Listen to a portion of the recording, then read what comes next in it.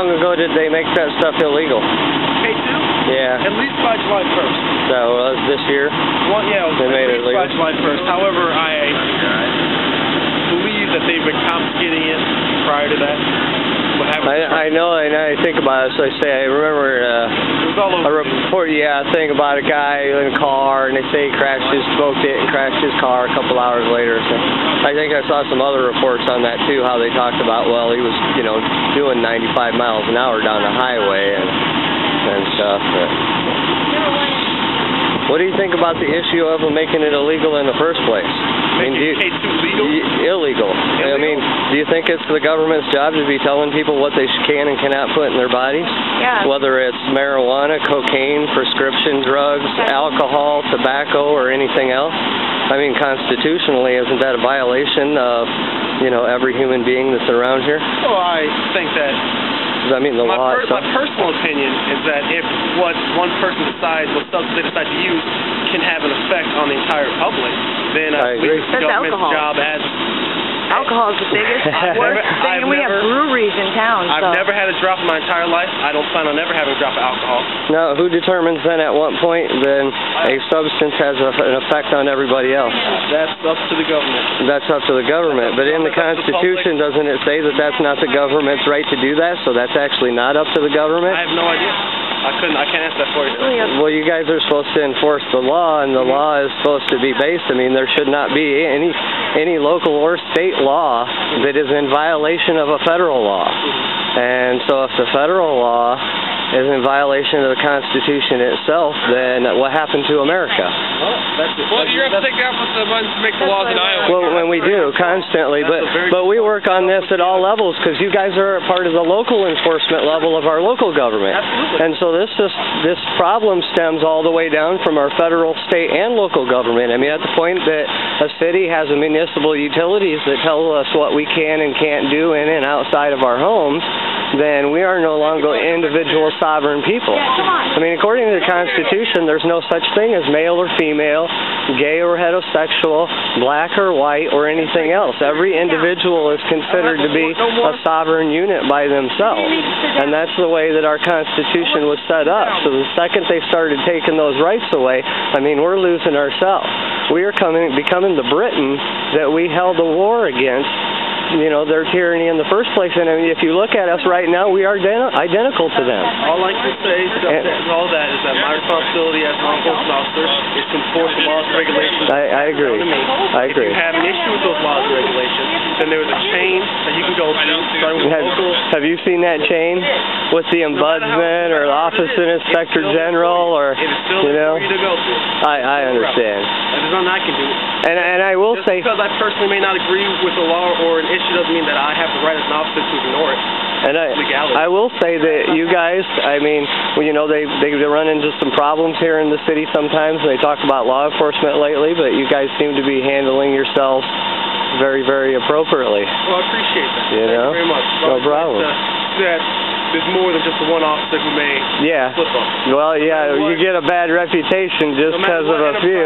No matter what chain, the more people you have working with somebody, the more likely a bad egg might slip through. Yes, I agree. That's the way it works. I agree. So did you help them build the fort? Oh, no. That was all them? Nope. I'm an adult. I'm an adult, and I have liabilities. And I told them, I'm sorry, it's not my right to exercise municipal code on other adults. I was like, but if you guys do anything, you're liable as an adult for anything you go about doing. So I can't stop them from being over here and building it, but I can't stand around and condone them for it either, because I sure as heck won't be standing over here on city property building a fort myself. Fair enough. And we did, that's not within my right. So they threw down our other fort. Yeah, you want to build a fort, technically you got to buy a chunk of land and then start building it on it. Right now you guys are accommodating everybody else's stuff. I don't know, the city just gave a bunch of it away for free.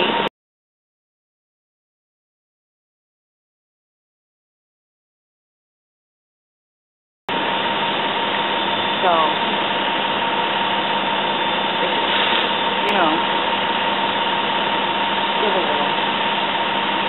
Have you guys ever seen copblock.org? Copblock.org? Copblock.org. I've heard about it, yes. They do like this. They're with a camera. Well, they're a little more antagonistic. I mean, they go to the police station and stand around in the parking lot and try to ask police questions while they're walking in and out the door, and so you can see the thing.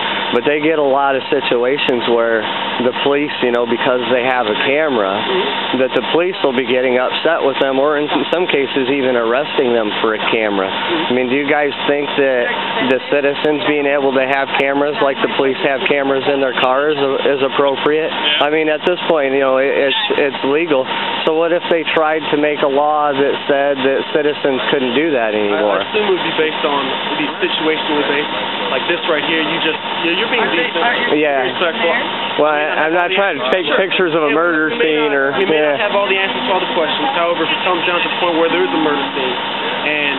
I'd be interfering with an investigation. If someone decides to interfere and you refuse to... It's all right there on the chair. ...cease and desist, then unfortunately that you may suffer some consequences. I haven't run into that situation. You can't go anywhere. But, like I said, every situation is different. It depends on the officer. What do you guys think of chalking? Have you seen that they do that? Yeah, where they considered vandalism? Actually, yeah, but I see a lot of kids. Like on the sidewalk? I see that like news all. Well, see, if they allow you to draw pictures. Yeah, again, it's technically illegal, but I mean... Well, see, and that's the whole thing. See, if they allow you to draw pictures or do artwork, because, you know, it's washable, it comes off in the rain, and it's considered biodegradable and everything, then at the same time, you know, it doesn't change the situation if people are using the chalk also to express their First Amendment rights. The way you have to look at it is 1 mile of the speed limit technically speeding? Is that a violation of the technical law? Technically, yeah. Technically. Is a little girl playing hopscotch with chalk and drawing pictures on the sidewalk graffiti under city code? Technically, but if she used paint, it would be vandalism. But since it's chalk and it's washable, that's why it's not. Yeah.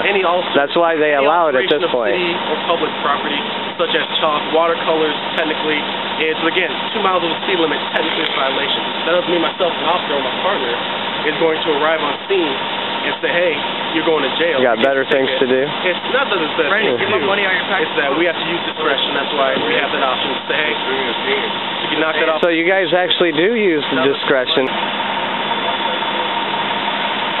And here seems to be the problem. Fort with a little fire in it on city property.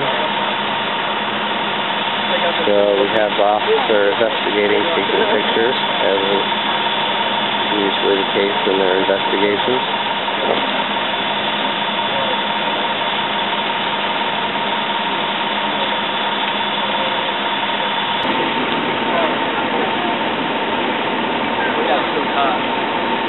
They got this thing they sell at Menards for like $20. They're called the fire extinguisher. They work really well. Hey man, I thought we had one. Brother? You know, the occasional 5-gallon bucket sitting on the side full of water and ready, that works pretty well too if you haven't got the $20 for the fire extinguisher. The cops pulled up. The fire was out. There's just smoke like a bitch. Yeah, the second you put them out, they smoke. Second of life, yeah. Right?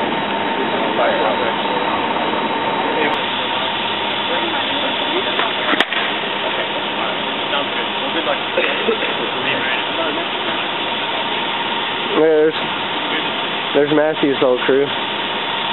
See, everything becomes a neighborhood event around here.